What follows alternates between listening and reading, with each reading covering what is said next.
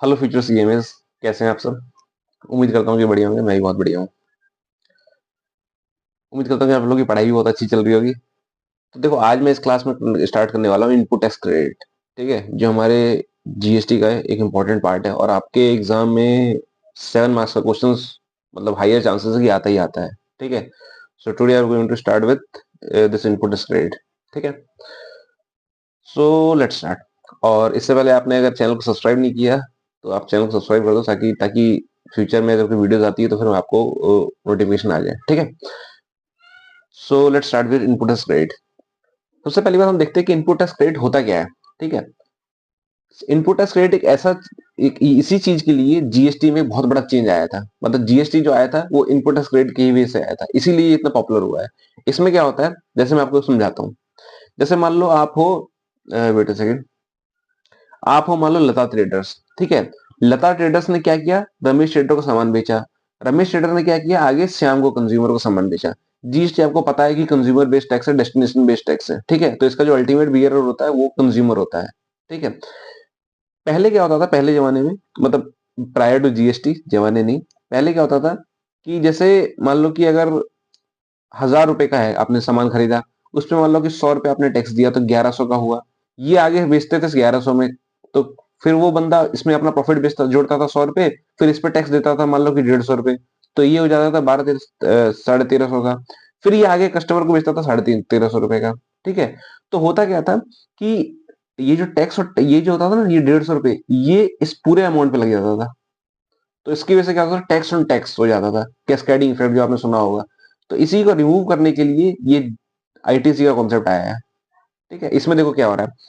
लता trader ने सामान बेचा रमेश ट्रेडर को, रमेश ट्रेडर ने फाइनली श्याम को बेचा। लता ट्रेडर ने कॉस्ट थी इसकी 900 रुपए की।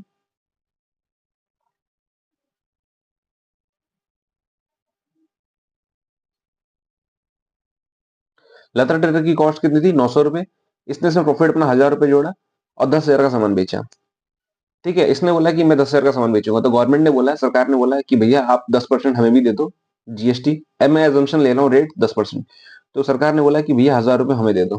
ठीक है, तो इसने फिर 11,000 रुपए का सामान रमेश ट्रेडर को बेच दिया। ठीक है, रमेश ट्रेडर ने कितने का सामान खरीदा, 11,000 का, जिसमें से 10,000 रुपए इसके हाथ में गए लता ट्रेडर के, और लता ने क्या किया, 1000 रुपए सरकार के पास जमा करा दिए टू गवर्नमेंट।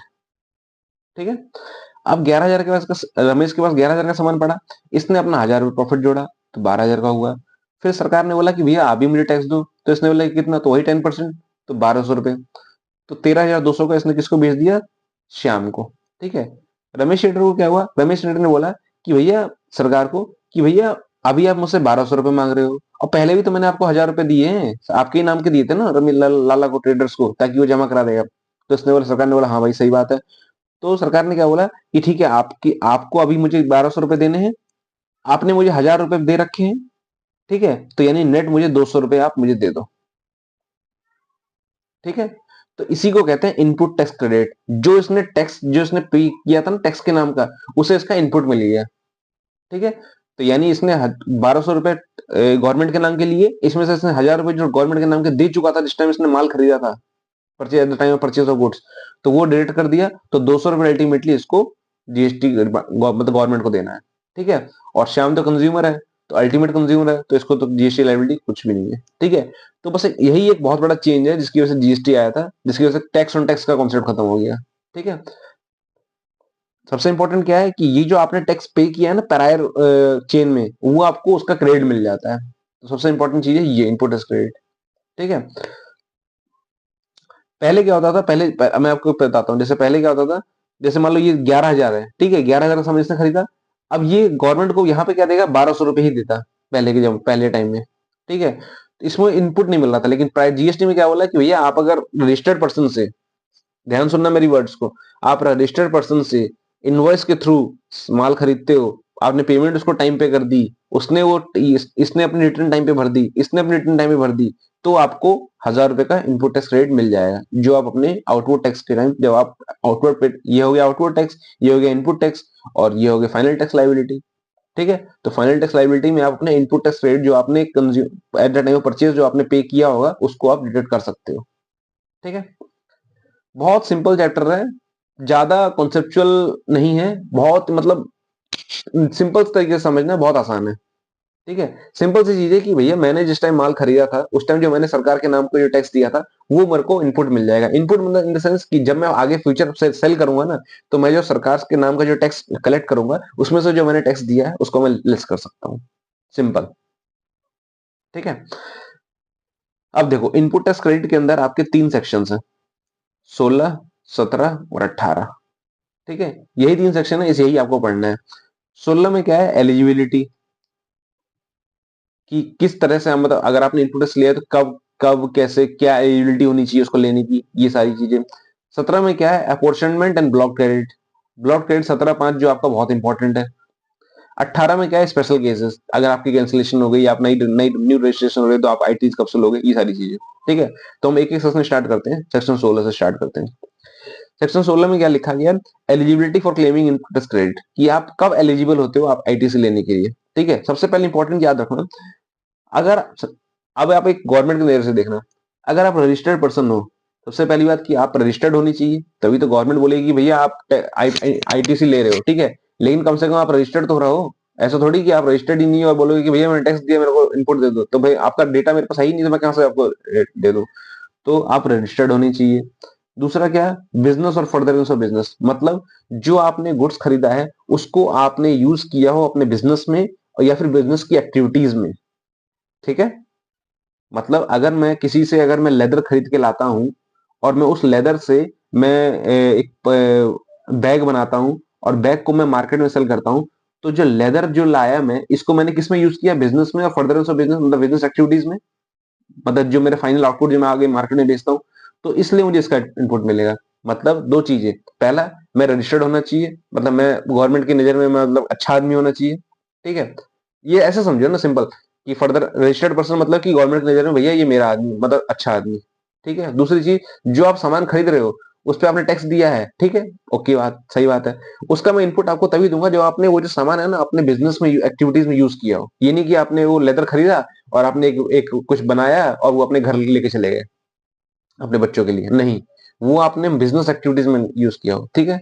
और तीसरा क्या होना चाहिए, क्रेडिटेड इलेक्ट्रॉनिक लेजर। आपके जो लेजर है ना, मतलब आप जो रिटर्न्स में पढ़ोगे, रिटर्न्स और उसके अंदर जो आपको मैं पोर्टल दिखाऊंगा जीएसटी का क्या होता है, उसके लेजर में ये रिफ्लेक्ट होना चाहिए, ठीक है। मतलब क्या है कि जिससे आपने सामान खरीदा है ना, मान लो लेदर आपने खरीदा है, ठीक है, लेदर किसी से खरीदा हो, तो लेदर जिससे खरीदा है उसने अपने रिटर्न में दिखाया हो कि भैया मैंने सामान इसको बेचा है, तभी तो आपके उसमें आएगा, ठीक है। देखो मैं आपको एक कॉन्सेप्ट एक चीज सुनाता हूँ। ये है मान लो राम, ये है श्याम, ये छोड़ो, हम अपने अपने एग्जांपल से लेते हैं। हमारे एग्जांपल में कौन था, लाला और रमेश, ठीक है। ये है लाला, ये है रमेश। लाला ने इसको सामान बेचा, ठीक है। लाला ने जब सामान बेचा तो ये गवर्नमेंट को बोलेगा कि गवर्नमेंट गवर्नमेंट देखो मैंने ना 10,000 का सामान बेचा है रमेश को, ठीक है, और उसमें 1,000 रुपए का टैक्स है, ठीक है। तो गवर्नमेंट देखेगी, अच्छा रमेश कौन है, अच्छा रजिस्टर्ड है, तो ओके, ठीक है।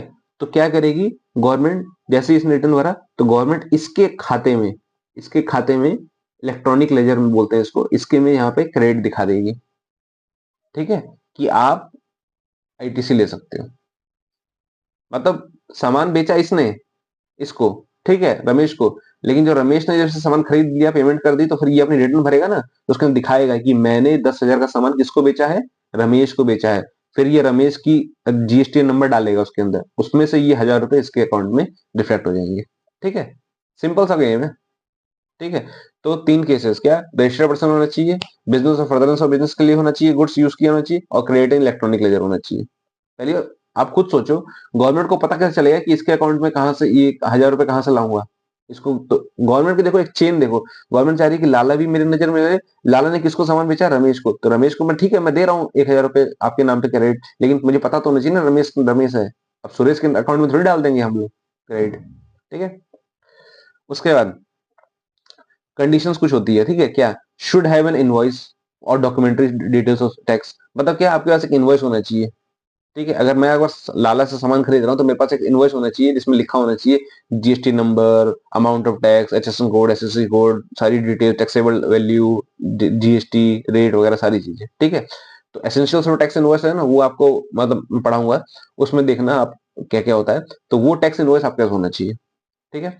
उसके बाद supplier have shown in GSTR 1, supplier जो है उसने अपनी रिटर्न में शो कर दिया हो, लाला ने अपनी रिटर्न भर दी हो। रिसीव द गुड्स और सर्विसेज, अब इसका मेन मतलब क्या है कि लाला ने जो सामान बेचा ना वो रमेश के पास रिसीव्ड हो जाना चाहिए,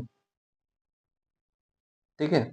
होता क्या था, ये कॉन्सेप्ट आप ऐसा समझो कि रमेश को ये सामान मिला ही नहीं, ठीक है। मान लो लाला अगर रास्ते में ये सामान या फिर कुछ कैंसिल हो गया या कुछ हो गया, तो भैया आप सबको सामान मिला नहीं, तो फिर आप आईटीसी कैसे ले सकते हो?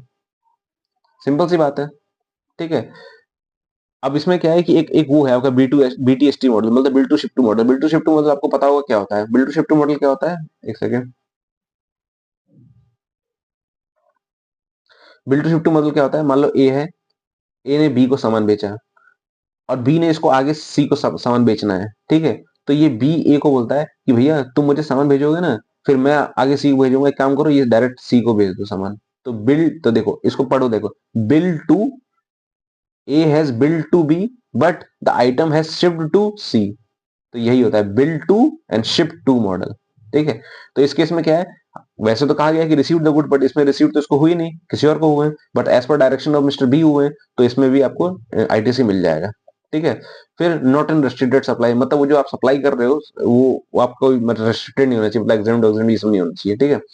Tax has been paid to the government, बहुत इंपॉर्टेंट बात, जो लाला ने जो लाला लाला जो है, लाला ने टैक्स जमा किया हो गवर्नमेंट को, ठीक है। ये नहीं कि आपने आपने सामान खरीद लिया और आपने बेच लिया और आपको पता ही नहीं चल रहा, ठीक है। तो आपने सामान खरीदा हो, ठीक है। उसके बाद हम देखते हैं मतलब टैक्स एक्चुअली पे किया हो, ठीक है। उसके बाद फाइल जीएसटीआर 3 भी, आपने भी अपनी रिटर्न भरी हुई हो, ठीक है। उसके बाद देखो ये मैंने बताया गुड्स रिसीव्ड इन लॉट्स, अगर आपके पास मान लो कि जैसे मान लो आपने उसको बोला कि भैया मैं ना मेरे को 5 आइटम खरीदने हैं आपसे लाला से, ठीक है। उसने बोला ठीक है, एक आइटम मैं आपको 1 तारीख को भेजाऊंगा, एक 3 तारीख को, एक 5 तारीख को, एक 7 तारीख को, एक 10 तारीख को। तो जब तक 10 तारीख वाला लास्ट लॉट जो सामान आ नहीं जाए ना, तब तक हम नहीं मानेंगे कि आपका सारा सामान आ गया है, ठीक है। तो जब तक आपका लास्ट लॉट ऑफ इंस्टॉलमेंट आ जाएगी ना, तब आप आईटीसी लेने के लिए एलिजिबल हो जाओगे, ठीक है। उसके बाद if recipient did not make payment to supplier within 1 days from date of invoice then ITC will be reversed. अब होता क्या था कि लाला है, ठीक है, ये रमेश, लाला ने सामान बेचा, रमेश ने खरीद लिया, रमेश ने अपने आईटीसी में इसको दिखा, आईटीसी ले लिया इसका, ठीक है। अब क्या होता था कि 1 महीना हो गया, 2 महीना हो गया, रमेश इसको पेमेंट ही नहीं कर रहा लाला को, ठीक है। तो लाला बोलेगा कि भैया ये तो गलत बात है, मेरे को तो पेमेंट आई नहीं, और अब लाला को पेमेंट आएगी तभी तो वो गवर्नमेंट को ही जमा करेगा पेमेंट टैक्स, ऑब्वियसली सोचो। गवर्नमेंट ये बोलेगा कि भैया गवर्नमेंट मैंने अब तो आपको दे दी, मेरे को पेमेंट आई नहीं, ये क्या बात है? तो रमेश को बोला कि भैया अगर आपने 180 दिन का टाइम दे रहे हैं आपको, 6 महीने का, अगर आपने 180 दिन में अगर इसको पेमेंट नहीं की ना, तो जो आपने इनपुट लिया है ना वो आपको रिवर्स करना पड़ेगा। मान लो अप्रैल में इसने सामान खरीदा और अप्रैल में इसने इनपुट यूटिलाइज कर लिया, बताइए इसके तो अकाउंट में दिख गया 1,000 रुपए आईटीसी इसने यूटिलाइज कर लिया, किसी और के साथ सेट ऑफ करके आउटवर्ड टैक्स लायबिलिटी पे कर दी। अब पता चल रहा है कि इसने इसकी ना पेमेंट ही नहीं करी 6 महीने तक, ठीक है। तो छठा महीना कौन सा होगा? अप्रैल मई जून जुलाई अगस्त सितंबर, सितंबर अक्टूबर में ना इसको ये जो आईटीसी लिया था ना इसने 1,000 रुपए, ये इसको रिवर्स करना पड़ेगा, मतलब पे करना पड़ेगा। हाँ, जब ये फिर दोबारा ये 10,000 रुपए लाला को पे कर देगा, तो फिर दोबारा ये आईटीसी अपना मतलब ले सकता है, ठीक, अवेल कर सकता है, ठीक है। लेकिन कंडीशन क्या है कि अगर रेसिपेंट ने, जिसने सामान खरीदा है, उसने अगर 180 दिन के अंदर अगर पेमेंट नहीं की, तो उसको जो उसने आईटीसी लिया है ना उसको रिवर्स करना पड़ेगा, ठीक है। उसके बाद क्या आता है? Depreciation claimed on tax component capital goods then no ITC. होता क्या था, मतलब लाला, ये रमेश, लाला ने ना इससे एक मशीनरी खरीदी, मतलब रमेश ने लाला से एक मशीनरी खरीदी, कितने की? एक सेकेंड। लाला ने मशीनरी, रमेश ने मशीनरी खरीदी 1 लाख रुपए की, इस पे 18,000 का जीएसटी हुआ, इसने इनपुट ले लिया, ठीक है। अब रमेश का अकाउंटेंट क्या कहता है कि भैया all the expenses have to be capitalised in the books of account, ठीक है। तो इसके अकाउंटेंट ने क्या किया कि 1,18,000 का ना कैपिटलाइजेशन कर लिया, और डेप्रिसिएशन भी इस पे कर लिया, ठीक है। अब डेप्रिसिएशन क्लेम किया इस पे, तो उससे क्या हो गया कि इसका जो नेट प्रॉफिट है वो लोअर डाउन हो गया, ठीक है। तो इनकम टैक्स का इसका टैक्स कम गया, ठीक है। तो गवर्नमेंट कहती है कि भैया आप डेप्रिसिएशन क्लेम करके आप अपना प्रॉफिट भी कम कर रहे हो, उससे आपका इनकम टैक्स कम दे रहे हो, और आप यहाँ पे इसका आईटीसी भी ले रहे हो, तो नहीं, या तो एक ही चीज होगी। अगर या तो अगर आप डेप्रिसिएशन क्लेम कर रहे हो ना इस आईटीसी कंपोनेंट का, इस आईटीसी कंपोनेंट का, तो आपको आईटीसी नहीं मिलेगा। अगर आप डेप्रिसिएशन सिर्फ अगर कैपिटलाइज यहाँ पे सिर्फ 1 लाख रुपए कर रहे हो, टैक्स कंपोनेंट को कैपिटलाइज आपने नहीं किया, तो आपको हम आईटीसी दे देंगे, ठीक है। सिंपल सी बात है कि अगर आपने सामान खरीदा है 1 लाख रुपए का, उस पर आपने 18,000 रुपए जीएसटी पे किया है, तो आपके अकाउंटेंट ने अगर 1,18,000 को कैपिटलाइज कर लिया है, ठीक है, तो डेप्रिशिएट भी उसने पे करेगा, डेप्रिसिएशन भी लगाएगा। उससे क्या होगा, आपका नेट प्रॉफिट जो कम होगा, तो आप अपने इनकम टैक्स कम दोगे, ठीक है। और तो गवर्नमेंट क्या कहती है, आप इनकम टैक्स भी कम दे रहे हो और आप इधर आईटीसी भी ले रहे हो, ठीक है। तो नहीं, एक ही चीज मिलेगी। अगर आपने 18,000 को आप कैपिटलाइज नहीं किया है ना, तो आपको हम आईटीसी दे देंगे। अगर आपने 18,000 टैक्स कंपोनेंट को आपने कैपिटलाइज कर लिया है, तो आपको आईटीसी नहीं मिलेगा, ठीक है। उसके बाद क्या है, टैक्स नॉट पेड, ठीक है। मतलब क्या है, ITC to be reverse till 30 November supplier. ये क्या कॉन्सेप्ट है, अगर सप्लायर ने अगर टैक्स नहीं पे किया, ठीक है, तो आईटीसी आपको रिवर्स करना पड़ेगा टिल 30 नवंबर। मतलब क्या है कि अगर लाला ने जो टैक्स पे ही नहीं किया गवर्नमेंट को, ठीक है, आपने आईटीसी ले लिया, गवर्नमेंट को क्या फायदा हुआ। गवर्नमेंट तो कह रही है कि भैया आपने तो आईटीसी ले लिया, आपने तो उसको नेट ऑफ कर लिया अपने आउटपुट टैक्स लायबिलिटी के साथ, लेकिन हमारे पास तो पैसा आया ही नहीं। तो सरकार कहती है कि अगर ऐसा केस है ना कि अगर आपके सप्लायर ने अगर पेमेंट नहीं की है टैक्स की, तो आपको अगले महीने, अगले साल, मतलब जैसे कि अगर मान लो ये आपका साल है, ठीक है, ये है आपका 24-25, ठीक है, तो अगले साल यानी कि 26 के 30 नवंबर तक आपको ना रिवर्स करना पड़ेगा। आप उसको बोलोगे वे पे कर, ठीक है। उसके बाद एक ये सिंपल सा कॉन्सेप्ट है कि ये time limit for ITC claim, मतलब आप कब तक आईटीसी ले सकते हो। ये थोड़ी कि आपने आज सामान खरीद लिया और आप बोलोगे 10 साल बाद कि भैया मैंने एक 2008 में एक मैंने एक सामान खरीदा, उसका मैं आईटीसी ले लूं। नहीं, सरकार कहती है कि इसका एक लिमिट है।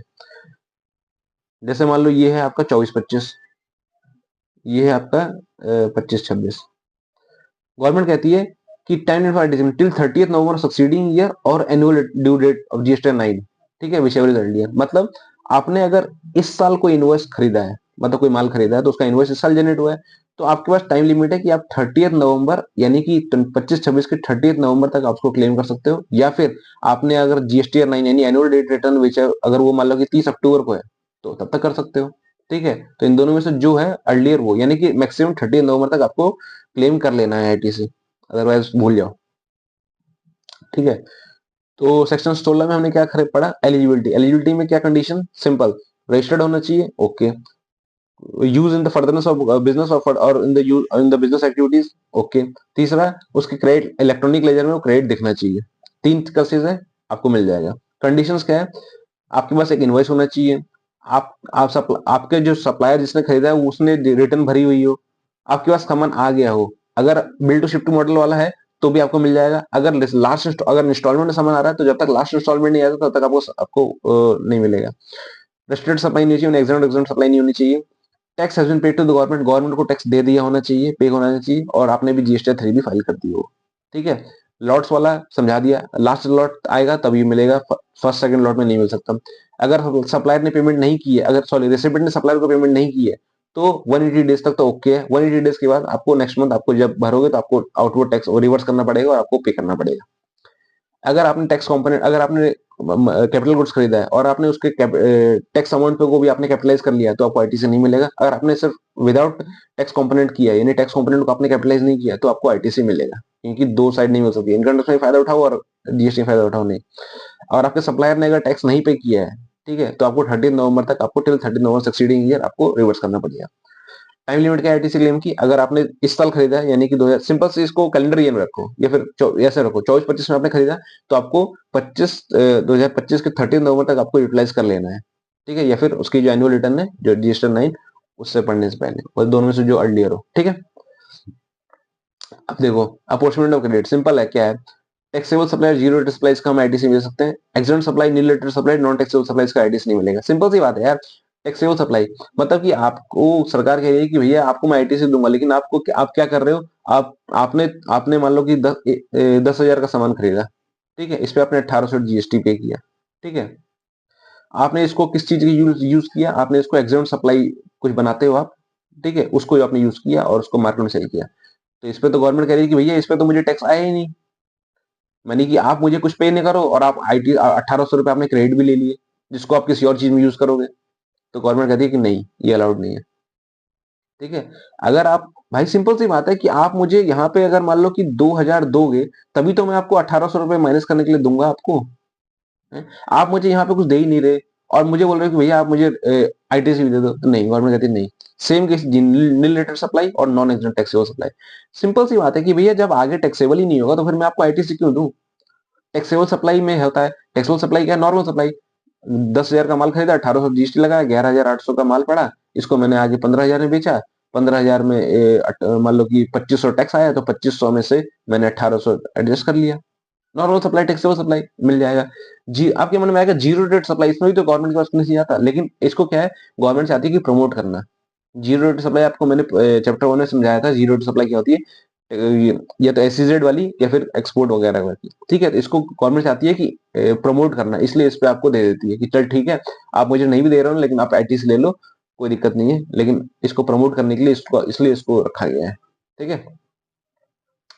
उसके बाद सबसे मोस्ट इंपोर्टेंट सेक्शन आता है हमारा 17.5, ये क्या होता है, ब्लॉक क्रेडिट, ठीक है। इसमें आपको क्या है कि कुछ आइटम्स बताए गए हैं जिसपे आपको ना आईटीसी नहीं लेना, ठीक है, मतलब एक लिस्ट बता दी गई है जिसपे आपको आईटीसी नहीं मिलेगा, ठीक है। देखो इसको पढ़ने के लिए ना आप ये माइंड में रखो कि आपको, आप वो चीज, मतलब गवर्नमेंट क्या चाहती है, सबसे इंपॉर्टेंट बात, गवर्नमेंट चाहती है कि भैया आप मुझसे, आपने सामान खरीदा, उसको यूज करो, उससे कुछ बनाओ और आगे फिर आपको सप्लाई करो, ठीक है। लेकिन आप कुछ ऐसे चीज लो कि आपने कुछ सामान लिया लेकिन उसको आपने खुद ही कंज्यूम कर लिया और आपने उसको आगे भेजा ही नहीं, बेचा ही नहीं, तो गवर्नमेंट चाहेगी ना कि भैया जब आपने इनपुट ले लिया लेकिन आप इसको आगे सप्लाई नहीं करे तो मैं आपको इनपुट क्यों दूं। ये कॉन्सेप्ट बस माइंड में रखो। 17.5 बहुत इंपॉर्टेंट, बहुत सिंपल है और इंपॉर्टेंट भी है। देखो पहला केस क्या है, motor vehicle for transportation of passenger whose capacity not more than 30।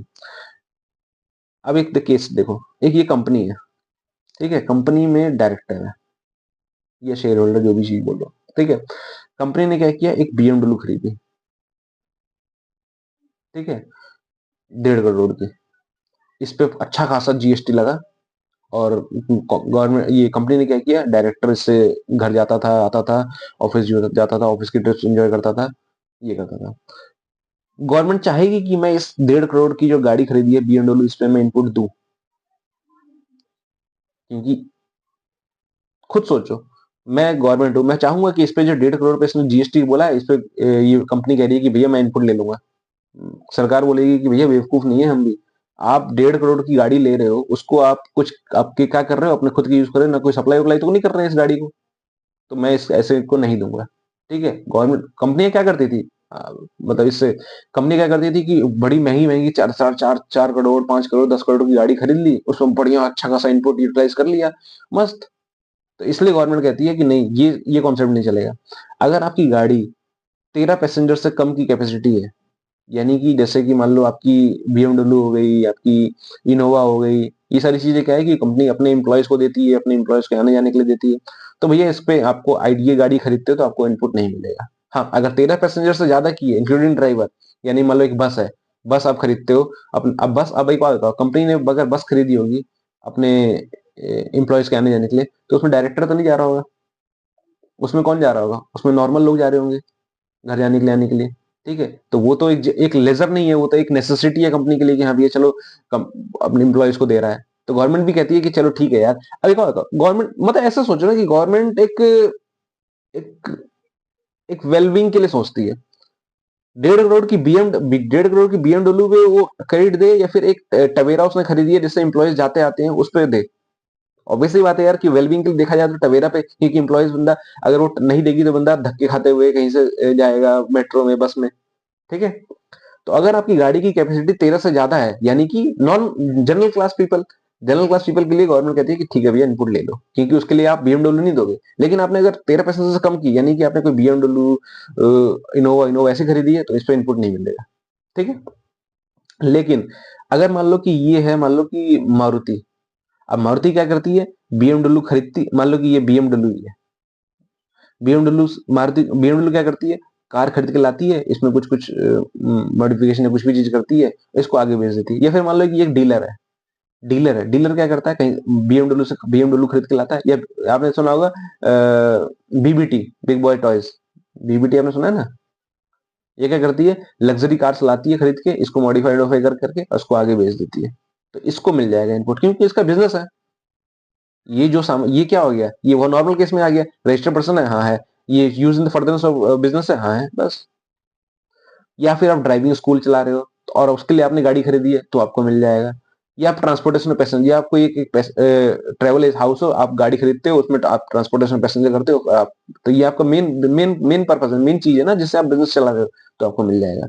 Simple C mind में याद रखो, कोई कंपनी का अगर कोई बीएमडब्ल्यू, यानी कि 13 पैसेंजर, बीएमडब्ल्यू पे मैं नहीं दूंगा, लेकिन वही अगर तवेरा उसने खरीदी है, मतलब मिनी बस जिसको बोलते हैं, उसमें मैं दे दूंगा। क्यों? क्योंकि वो एम्प्लॉयज को आने जाने के लिए वो जनरल होल्डिंग दे रहा है, ठीक है। उसके बाद अगर वो उसका डीलर ही है उस कार में, यानी कि वो बीबीटी अगर वो कार खरीद के लाता है, लग्जरी कार, उसको मॉडिफाई करके आगे बेचता है, तो डीलर है, तो ये उसका तो मेन गुड्स हो गया ना, तो उस पर इनपुट मिल जाएगा। लेकिन अगर वो ड्राइविंग स्कूल है तो भी मिल जाएगा, अगर वो ट्रांसपोर्टेशन पैसेंजर करता है तो मिल जाएगा। लेकिन बीएमडब्ल्यू अगर नॉर्मल, मान लो कि मेरा बैग बनाने का कंपनी और मैं बीएमडब्ल्यू खरीद के लाता हूँ, तो उस पर नहीं मिलेगा input. Same goes with the vessels and aircraft. Western aircraft कोई कंपनी है, उसने अपने मतलब अपने मालिक के लिए, अपने बेटे के लिए, कंपनी के नाम पे खरीदते हैं, वेसल खरीद ली, उसको खुद यूटिलाइज कर रहा है, नहीं मिलेगा। लेकिन अगर उसका फर्दर सप्लाई वेसल है, मान लो कि एएन कंपनी है, एएन कंपनी क्या करती है, वेसल खरीद के लाती है, उसको आगे बेच देती है, तो उसको मिल जाएगा। ट्रेनिंग प्रोवाइड कर रही है, उसको मिल जाएगा। ट्रांसपोर्टेशन पैसेंजर गुड्स मिल जाएगा, कर रही है, उसके लिए मिल जाएगा। ठीक है, मतलब सिंपल था कि नहीं था। उसके बाद service related to insurance, repair for motor vehicle and vessel. अगर आपको जो आपको अगर आपको मेन एक्टिविटीज के लिए नहीं मिल रहा, तो इसकी मान लो कि ये जो कंपनी थी, ये बीएमडब्ल्यू खरीद के लाई थी, बीएमडब्ल्यू पे नहीं मिला, अब बीएमडब्ल्यू की रिपेयर करा रहे हो, इंश्योरेंस करा रहे हो, इस पर भी तो नहीं मिलेगा ना। सिंपल सी बात है। तो वही वाली बात है कि service related to insurance, repair motor vehicle, vessels aircraft. अगर आपने वेसल एयरक्राफ्ट जो आपको नहीं मिला, उस पर आपने कोई इंश्योरेंस या रिपेयर किया, तो उसका भी नहीं मिलेगा। फिर फूड एंड, ये लिस्ट याद रख लेना, अनफॉर्चुनेटली आपको याद रखना पड़ेगा, मीनिंग आपको समझ में आ जाएगा। Food and beverages, outdoor catering, beauty treatment, health services, cosmetic and plastic surgery, leasing, renting, hiring of motor vehicles, vessel और एयरक्राफ्ट। ठीक है, इसको देखो मैं समझाता हूँ। लीजिंग, रेंटिंग और हायरिंग ऑफ वेसल और एयरक्राफ्ट, ये क्या चीज है। अगर आपको बीएमडब्ल्यू है, बीएमडब्ल्यू क्या क्या बोला मैंने, नहीं मिलेगा अनलेस अनटिल आप डीलर हो। ठीक है, अब आप बीएमडब्ल्यू खरीद नहीं रहे, आपने कहीं से लीज पे ले आया और अपने मालिक को दे दिया कि मालिक आप चलाओ, तो गवर्नमेंट कहती है भैया मैं बेवकूफ थोड़ी हूँ, इस पे भी आपको नहीं मिलेगा। ठीक है, अगर आपको मेन एक्टिविटीज के लिए नहीं मिला, तो आप खरीद, चलो उसने बोला कि मैं खरीद नहीं रहा, मैं इसको रेंट पे ले आता हूँ, नहीं, फिर भी नहीं मिलेगा आपको। ठीक है, उसके बाद फूड एंड बेवरेजेस, आपने अपने एम्प्लॉयज को फूड खिलाते हो, मतलब आप बैग बनाने की कंपनी हो, आप अपने एम्प्लॉयज के लिए लंच कराते हो, आप अपने एम्प्लॉयज को फूड कराते हो, इस पे भी आपको नहीं मिलेगा। आप अपने एम्प्लॉयज को आउटडोर केटरिंग करवाते हो, तो भी नहीं मिलेगा।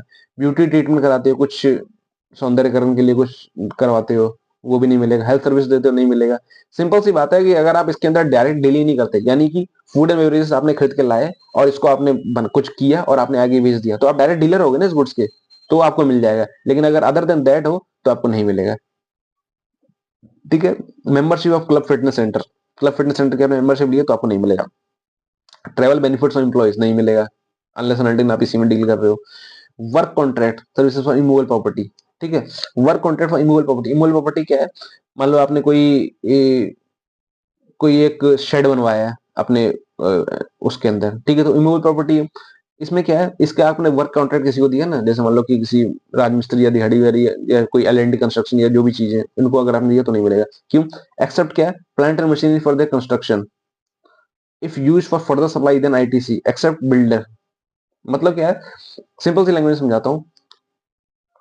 आपने एक शेड बनवाया है, ठीक है, आपने उस शेड में क्या किया कि किसी को कॉन्ट्रैक्ट दे दिया कि भैया आप इसको बना दो। ठीक है, इमूवेबल प्रॉपर्टी है, आपको इस पे इनपुट नहीं मिलेगा। ठीक है, लेकिन अगर आप प्लांट एंड मशीनरी करवा रहे हो, ठीक है, जिसका जैसे मान लो कोई जैसे आपने देखा होगा ट्यूबवेल वगैरह या वैसी चीजें, उस पे आपको इनपुट मिल जाएगा। ठीक है, और अगर आप बिल्डर ही हो, आपका काम ही है कि भैया वर्क कॉन्ट्रैक्ट बनाना, मान लो कि मैं बैग बना मैं बैग बनाने वाली कंपनी है। मैं एक शेड बनवा रहा हूँ, ठीक है, और यही शेड मैंने फिर आगे ना किसी और के लिए भी बनवा दिया। मतलब मेरे को पता चल गया कि भैया मैं शेड बनाता हूँ 50,000 का, ठीक है। अब मेरे से किसी ने बोला कि भैया आपने शेड बनाया, मेरे को भी बता दो। तो मैं फिर क्या करूंगा कि वही शेड मैंने उसको बालों को बेच दिया कि भैया 80,000 का। तो यहाँ पे मुझे इनपुट मिल जाएगा, क्योंकि मैं क्या कर रहा हूँ, मैंने फर्दर सप्लाई उसी चीज की कर रहा हूँ। सिंपल सी माइंड में याद रखो, मैं ये पेन है, मैं ये पेन खरीद के लाता हूँ और इसको आगे बेचता हूँ, इनपुट मिलेगा। मैं ये पेन लाता हूँ, इसको यूटिलाइज कर लेता हूँ, इनपुट नहीं मिलेगा। गवर्नमेंट क्या कहती है कि आप जो चीज लाए हो, खरीदे हो, इसको आप मॉडिफाई करो, या इसको डायरेक्ट सेल करो, या इसको कुछ सौंदर्यकरण करके इसको आगे सेल करो, तो मैं आपको इनपुट दूंगा ना। आप इसको ला रहे हो, इनपुट ले रहे हो, और आप बोल रहे हो कि नहीं भैया ये तो कंज्यूम हो जाएगा, तो इनपुट नहीं मिलेगा। सिंपल सा लॉजिक है। ये जितने भी केसेस हैं ऊपर, इस सब में क्या हो रहा है, आप ला रहे हो, आप इसको लेकिन बाहर निकाल नहीं रहे। चाहे वो बीएमडब्ल्यू वाली एग्जांपल ले लो, चाहे फूड एंड बेवरेज ले लो, चाहे क्लब फिटनेस की मेंबरशिप ले लो। आप आप बिल ला रहे हो, आपने इसको लेकिन खुद यूजलेस के लिए आप आगे सप्लाई कहां कर रहे हो, ठीक है। फिर कॉम्पोजिशन डीलर। कॉम्पोजिशन डीलर क्या होता है, छोटे सप्लायर, आपको बताया होगा। एक होता है नॉर्मल रजिस्ट्रेशन पर्सन, एक होता है कॉम्पोजिट पर्सन। कॉम्पोजिट पर्सन को गवर्नमेंट ने क्या बोला कि भैया आपको हम ना डिस्काउंटेड देंगे, मतलब आपको एक तो आप छोटे सप्लायर हो, आपने बोला कि ठीक है मैं छोटे सप्लायर, आपको हमने एक सिंपल 1% का रेट दे दी कि आप इस पर टैक्स दे दो। अब आप बोल रहे हो कि भैया मैं आपको मैंने जो सामान खरीदा उससे इनपुट ही मिलूंगा, नहीं, आपको कोई इनपुट नहीं मिलेगा, पहले से आपको बहुत रियायत दे चुकी है। Services rate by NRTP, non resident taxable person, अगर ये कोई सर्विस ले रहा है तो उसको नहीं मिलेगा। कोई सीएसआर के लिए आपने एक्सपेंडिचर किया है, तो सिंपल सी बात, सीएसआर सीएसआर क्या है, कैपिटल सीएसआर एक्सपेंडिचर यार, कॉर्पोरेट सोशल रिस्पॉन्सिबिलिटी के लिए आपने कोई एक्सपेंडिचर किया, ठीक है। सिंपल सी, अब देखो कॉन्सेप्ट देखो, मैं कंपनी हूँ, मैं सीएसआर एक्सपेंडिचर में अपने गांव के लिए ना एक स्कूल बनवाता हूँ, ठीक है। क्या वो मेरा main ancillary business main activity है बिजनेस का, एंसिलरी है नहीं। मैंने क्या किया, मैंने उस गांव के लिए वो इनपुट खरीदा, रॉ मटेरियल खरीदा, और उसको मैं बोल रहा हूँ कि इनपुट दे दो। गवर्नमेंट क्या कहेगी, नहीं आपने इसको सप्लाई किया, नहीं सीएसआर किया, खुद ही है और आप मेरे इनपुट ले लो, नहीं। फ्री सैंपल्स में कोई दे दिया या पर्सनल कंजप्शन कर लिया, वही आगे सप्लाई नहीं किया, नहीं मिलेगा। तो इससे सिंपल सी बात याद रखना है, यूटिलाइज, फर्दर सप्लाई, इनपुट मिलेगा, खुद को यूटिलाइज कर लिया, नहीं मिलेगा। अब ये क्या है कि कुछ स्पेशल केसेस हैं सेक्शन 18 के अंदर, सेक्शन 16 पढ़ लिया, 17 पढ़ लिया, 18 पढ़ लिया। 18 में क्या है देखो, applied for registration, liable for registration, मतलब क्या है कि आप लाइबल थे, आपको ना आपकी कुछ टर्नओवर एक्सीड करके जो प्रिस्क्राइब लिमिट है, और आपको ना अब रजिस्ट्रेशन लेना पड़ेगा, ठीक है। तो गवर्नमेंट क्या कहती है कि अगर आपने 30 दिन के अंदर आपने रजिस्ट्रेशन ले लिया, मतलब आप लाइबल भी थे, गवर्नमेंट कहती है कि इसकी टर्नओवर ना मान लो 5 करोड़ हो गई, ठीक है, अचानक से। तो गवर्नमेंट कहती है भैया रजिस्ट्रेशन लो। तो मैंने बोला कि कितने दिन का टाइम है, गवर्नमेंट बोला 30 दिन का टाइम है। 30 दिन के अंदर मैंने रजिस्ट्रेशन ले लिया, ठीक है। तो क्या होगा, ITC will be available for all the stocks held on preceding date was eligible for registration. मतलब मैं अगर 5 जनवरी को मैं एलिजिबल हुआ था और मैंने रजिस्ट्रेशन अगर 25 जनवरी को ले लिया, ठीक है, तो 5 जनवरी को मेरे पास जो भी स्टॉक था ना उसका मैं इनपुट ले सकता हूँ। वॉलंटरी रजिस्ट्रेशन, वॉलंटरी रजिस्ट्रेशन कहता है मैंने खुद से मन से जाके रजिस्ट्रेशन ले लिया। तो गवर्नमेंट क्या कहती है, stock held for trade immediately preceding grant of registration. मान लो रजिस्ट्रेशन मैंने लिया 20 जनवरी को, लेकिन उसकी जो अप्रूवल हुई ना, मतलब अथॉरिटी ने या टैक्स डिपार्टमेंट ने उसको अप्रूव किया वो 5 फरवरी को किया। तो गवर्नमेंट कहती है कि भैया 5 फरवरी को जो जिस दिन ग्रांट किया ना, उस दिन आपके पास जो स्टॉक होगा उसका मैं इनपुट दे दूंगी। कंपोजिशन टू नॉर्मल, यानी पहले क्या था, वो ये छोटा सप्लायर था, अब क्या हो गया, नॉर्मल सप्लायर हो गया, मतलब नॉर्मल रेट पे। तो बोलता है कि इनपुट आईटीसी चाहिए मुझे, तो from date he becomes normally liable for registration. इसमें क्या है, जिस दिन वो नॉर्मली लाइबल हो चुका था कन्वर्ट होने के लिए, उस दिन से, क्यों, क्योंकि पहले भी रजिस्टर्ड था, तो कोई चोर इंसान तो है नहीं, नॉर्मल इंसान है। तो वो उसकी या तो टर्नओवर लिमिट अप्लाई बढ़ गई होगी, या कोई और केसेस होगा, तो इसलिए उसको बोलते हैं कि जिस दिन आप लाइबल हुए थे ना नॉर्मल में आने के लिए, उस दिन की आपके साथ पे मिल जाएगा ITC. Accident supply become textile supply, जिस दिन आपकी एक्सीडेंट सप्लाई टेक्सटाइल सप्लाई बन गई, उस दिन आपका जो गुड्स है उसको आईटीसी मिल जाएगा। तो देखा आपने, 16, 17, 18 3 सेक्शन पे पूरा डिपेंडेंट है, कुछ नहीं है आईटीसी। सिंपल से याद रखना, registered person, use in the furtherness of business, और बिजनेस, और आपके क्रेडिट लेजर में, इलेक्ट्रॉनिक लेजर में हिट होना चाहिए, ठीक है।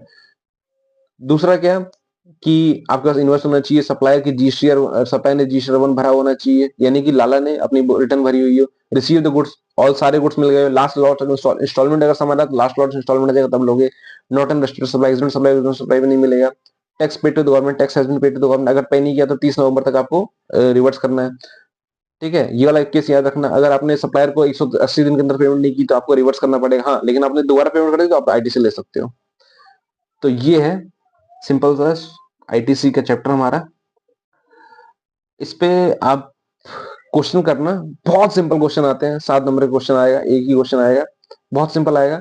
अगर आप बोलोगे क्वेश्चन की प्रैक्टिस कराने के लिए तो मैं अभी तक जितने भी 5 ईयर में जितने भी क्वेश्चंस आए हैं उनकी सारी एक सम अप करके सबका लिस्ट बना करके और उनको मैं आपको आधा आधा पौन घंटा लगेगा, 1 घंटा, उसको मैं आपको सॉल्व करा दूंगा।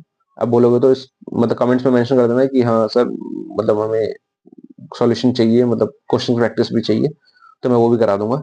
ठीक है, it will not take more than half an hour और अप टू 1 आवर। ठीक है, तो ये आप रिविजन कर लेना। ये नोट्स जो है अगर आपको चाहिए तो मेरे टेलीग्राम चैनल पे आप जाओगे, वहां पे आपको मिल जाएगा। और क्वेश्चंस के लिए अगर कराना है तो आप कमेंट में कर देना कि आप मुझे क्वेश्चन चाहिए, तो मैं आपको क्वेश्चन और उसके सॉल्यूशन की वीडियो भी ला दूंगा इस चैप्टर से रिलेटेड। ठीक है, तो बस इतना ही। चैनल पे नए हो तो चैनल को सब्सक्राइब कर देना और लाइक भी कर देना। ठीक है, चलो बाय।